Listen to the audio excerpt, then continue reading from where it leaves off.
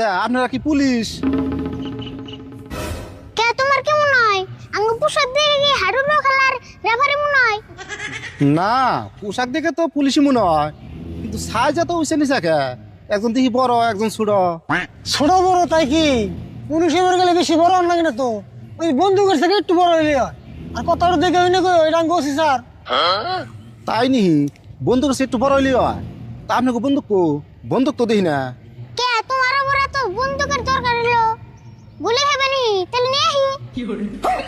না না না, গুলি খাম কে? বন্দুক দেখি না সেই জন্য কইলাম। আচ্ছা আপনাকে থানা কোন সিদে? আঙ্গু কোনো থানা নাই। হেই কি কোন? থানা সারা পুলিশ আছে না বড়? কেরা কইছে নাই?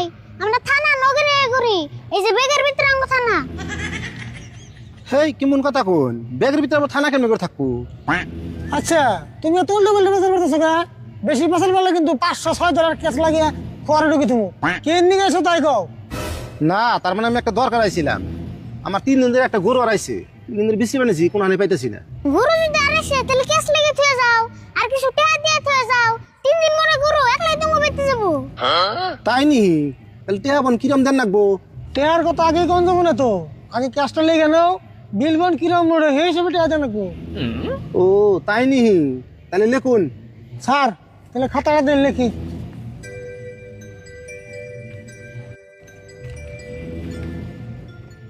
স্যার প্রথমে কি লিখুম? প্রথমে নাম লেখো। আচ্ছা তোমার গুরুর নাম কি? স্যার আমার গরু তো কোনো নাম নাই। ও বলেছে, তোমার নাম কও। আমার নাম আসমত আলী। আসমত আলী। স্যার তারপরে? বয়স লেখো। তোমার গরুর বয়স কত হবো? জন্ম সার্টিফিকেট আছে কি? কি কোন স্যার, গরুর আবার জন্ম সার্টিফিকেট থাকে নি? কেরা কইছে থাকে না? তোমার গরুর ডেলিভারি বাইতে এসে না মেডিকেল এসে? না বাইতে হয়েছে, নর্মাল হয়েছে।